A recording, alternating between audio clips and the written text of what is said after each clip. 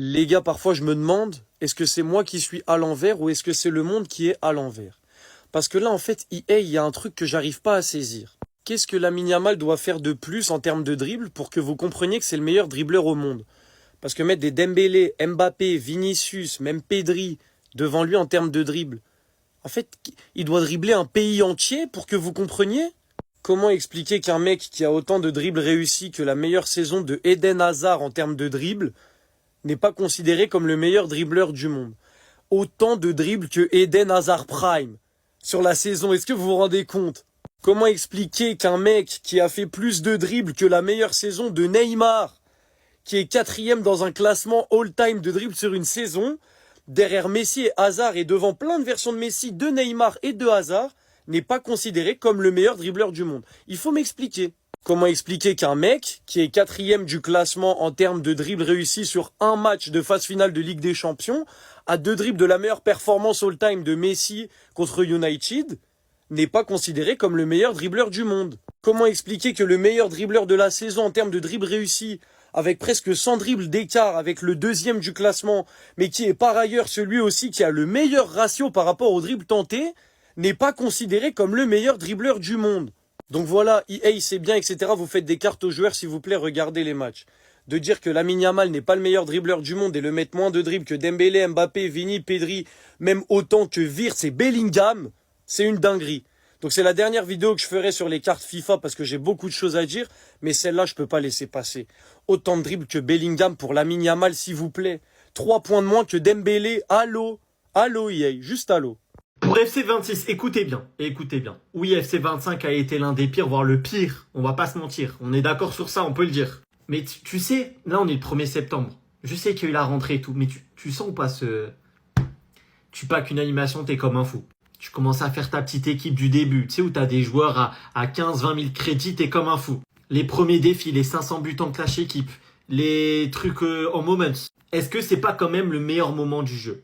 Ok, l'année dernière, on a été déçus, mais là, ce qui arrive, le passé, c'est le passé.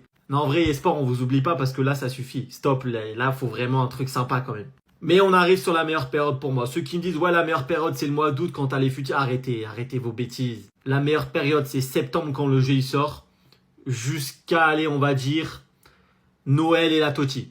Après, voilà.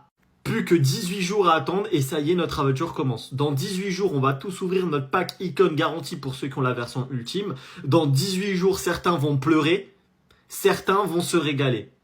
L'année dernière, j'ai eu Stam. Cette année, j'espère qu'ils vont me régaler parce que tu commences le premier jour avec une victoire. C'est fini, ça y est. À dans 18 jours. J'espère qu'en voyant cette image, vous pensez à la même chose que moi, les gars. Parce que là, sur cette image, donc là, on peut voir le palmarès à 24 ans de Lionel Messi, de Cristiano Ronaldo, de Vinicius et de Mbappé. Mais là, premièrement, ce qu'on voit et ce qu'on constate tous, c'est que Messi, à 24 ans, il pouvait déjà être considéré comme le meilleur joueur de l'histoire. Parce que là, moi, je me rappelle de cette époque. C'était en 2013, 3 ballons d'or d'affilée. Au final, il en a même pas eu 3 d'affilée, il en a eu 4 d'affilée. Et on nous disait déjà, lui, c'est le meilleur joueur de l'histoire. Ou lui, ça va devenir le meilleur joueur de l'histoire. Tu te rends compte, le palmarès à 24 piges, 1 soulier d'or, 3 LDC... 3 ballons d'or, 4 ballons d'or juste après, l'année d'après. Et la deuxième chose que je constate, les gars, c'est que Cristiano Ronaldo, mais c'est même pas du travail, mais c'est une machine. Regarde-moi le retard qu'il avait sur Messi et le retard qu'il avait tout court. À 24 ans, il avait qu'un soulier d'or, qu'une Ligue des Champions, qu'un ballon d'or. Au final, 5 ballons d'or, 5 Ligues des Champions, 4 souliers d'or, je crois. Et au final, plus grand buteur de tous les temps, 450 buts en 438 matchs au Real, meilleur buteur de l'histoire des sélections. Je dis 5 ballons d'or, mais il aurait pu en prendre 6-7 s'il reste au Real Madrid, faut être objectif. C'est pour ça que en vrai, Mbappé, il a qu'un soulier d'or, qu'une Coupe du Monde, il a pas encore de Ligue des Champions, il a pas encore de ballon d'or. Il a bientôt 26 ans, si je me trompe pas. Donc, Kiki, t'as encore le temps, mais dépêche-toi. Vinicius, il a 2 LDC, un trophée The Best, toujours pas de Coupe du Monde, toujours pas de Ballon d'Or. Toi aussi, t'as le temps, mais faut se dépêcher, mon coco. Parce qu'en étant objectif, les gars, et en étant réaliste, je pense pas que les deux, ils vont faire la carrière des deux monstres en haut. Hein. Franchement, respect à eux. Énorme retournement de situation concernant le cas Ronny Bardghji. Monsieur que vous voyez derrière moi, directeur général de la Liga. Il s'agit donc de Javier Gomez qui a déclaré en gros que l'inscription de Ronny Bardghji avec la B est pas possible. Parce qu'ils estiment que le Barça contourne le fair play financier espagnol en faisant cela. Ce qui veut dire probablement que tant qu'il est inscrit avec l'équipe B, il ne pourra pas jouer avec l'équipe A. Maintenant, si je me rappelle du cas Mastantuano, lui aussi, il me semble, parce qu'il a numéro 30. Mais après, le seul truc explicable, pour être honnête, c'est qu'ils savent que le Real Madrid a le fair play financier pour l'enregistrer de base. Que l'enregistrer en B n'a pas été un moyen de contourner le fair play financier, étant donné que le Real n'a pas de souci de fair play financier.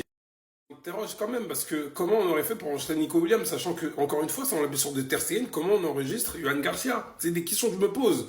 Mais sinon, à part ça, je comprends pas. Je ne comprends pas. Là, pour le coup, je vais pas dire, ouais, la Porta, Déco, machin. Même si ça montre, n'empêche qu'on n'a pas de place pour le fair play financier à 2 millions. Pour un salaire de 2 millions, 1,5 million. Bon.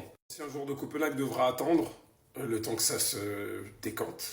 Mais, on en a marre, sérieusement, en fait. Que ce soit Tebas le fautif, Laporta le fautif, Deco le fautif, un tel le fautif, je m'en fous, en fait. On veut juste parler football à la base. En tout cas, malheureusement, celui qui paye les pots cassés encore une fois dans l'histoire, c'est Flick, surtout. Les Madridistas, est-ce que vous connaissez le point commun entre Alphonso Davies et Lenny Yoro? Pour ceux qui ne savent pas où je veux en venir, dites-vous que c'est grâce à ces deux-là qu'aujourd'hui on a Dina Hussein et Alvaro Carreras au Real Madrid. Et pour ceux qui ne comprennent toujours pas et qui ne se rappellent pas, le Real Madrid était sur Alphonso Davies. De la même façon, on était sur Lenny Yoro. Mais le point commun entre les deux, c'est qu'ils devaient signer au Real Madrid libre de tout contrat. Et il y avait déjà des accords verbaux. Mais au dernier moment, les deux ont décidé de changer d'avis, sachant que nous, on faisait déjà nos calculs sur eux. On savait que Alphonso Davies allait venir librement de tout contrat, je crois que c'était l'année dernière. Et Lenny Yoro, c'est pareil, l'année dernière ou il y a 2 ans. Finalement, ils ne sont pas venus. Alphonso Davies, lui, il enchaîne blessure sur blessure. En plus, c'est des blessures assez graves. Et Lenny Yoro, il a décidé de signer dans un club qui me fait pitié. Mais finalement, nous les Madrilènes aujourd'hui, on est assez contents. On a Dina Hussein, les gars, a.k.a. le Tony Kroos de la défense. Et on a Alvaro Porsche Carreras, le joueur qui a le potentiel de devenir l'un des meilleurs latéraux au monde. Est-ce que vous vous en rendez compte? Après, je ne dis pas que je crache sur Alphonso Davies ou Lenny Yoro, mais c'est juste que finalement, des fois, les gars, quand il y a des choses qui n'arrivent pas, dites-vous que c'est peut-être pour une bonne raison. Moi, le premier, j'étais déçu, Alphonso Davies, c'est un joueur que je kiffais à fond. Lenny Yoro, je ne le connaissais pas particulièrement, je savais juste que c'était un jeune prometteur en défense. Mais à l'époque, on avait besoin de ramener de la jeunesse en défense. Et il nous a posé un lapin tranquille. Et Carlo Ancelotti avait dû se débrouiller avec ce qu'il avait. Mais les gars, aujourd'hui, on peut respirer, on peut être heureux. On a l'un des futurs meilleurs défenseurs du monde et l'un des futurs meilleurs latéraux du monde. Dites-moi ce que vous en pensez dans les commentaires. Est-ce que vous vous rappelez ou pas? Et surtout, pour ne rien louper, vous savez ce qu'il vous reste à faire, les gars. Abonnez-vous. Guettez la carte de lycée, s'il vous plaît. Guettez sa carte. Peut-être c'est la carte de Pablo Sarabia, Non, peut-être c'est la carte de Pablo Sarabia, on sait pas. Peut-être c'est la carte de Gonzalo Guedes.